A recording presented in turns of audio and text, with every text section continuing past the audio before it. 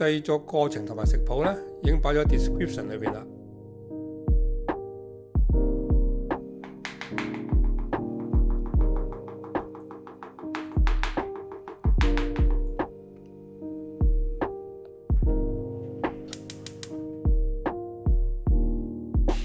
先將啲糖落入個煲嗰度，用慢火煮糖，就唔好撩佢，直至佢溶晒為止。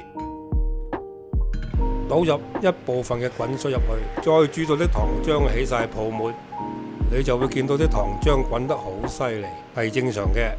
之後就倒埋剩餘嘅水落去，再俾佢煲滾一陣，就熄火攤凍備用啦。將啲蛋放到個兜裏邊打散。然後加埋啲 vanilla 攪勻，同埋煉奶入去攪勻。預備啲麵粉、發粉同埋梳打粉混合埋一齊，將頭先預備好嘅乾粉過篩擺埋入去，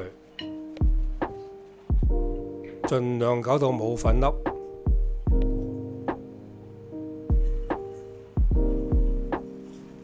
就可以加埋啲溶咗嘅牛油入去，撈埋一齊。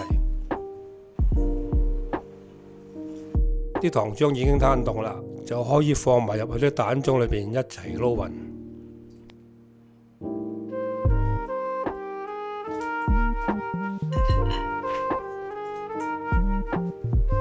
將佢過篩，然後坐1個鐘。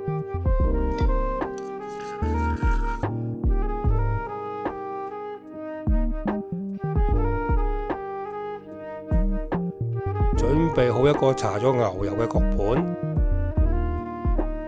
將啲粉漿輕輕攪下，先倒入焗盤，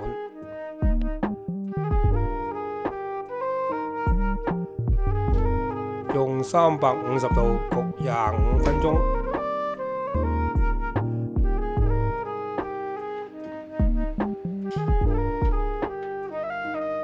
俾佢攤坐30分鐘至切嚟食，效果會更好。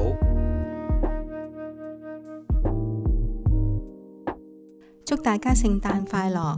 呢款蜂巢糕口感特別，有唔同嘅層次，大家食過圓圓滿滿。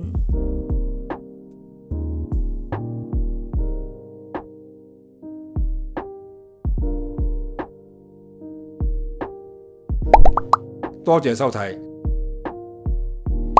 請 subscribe。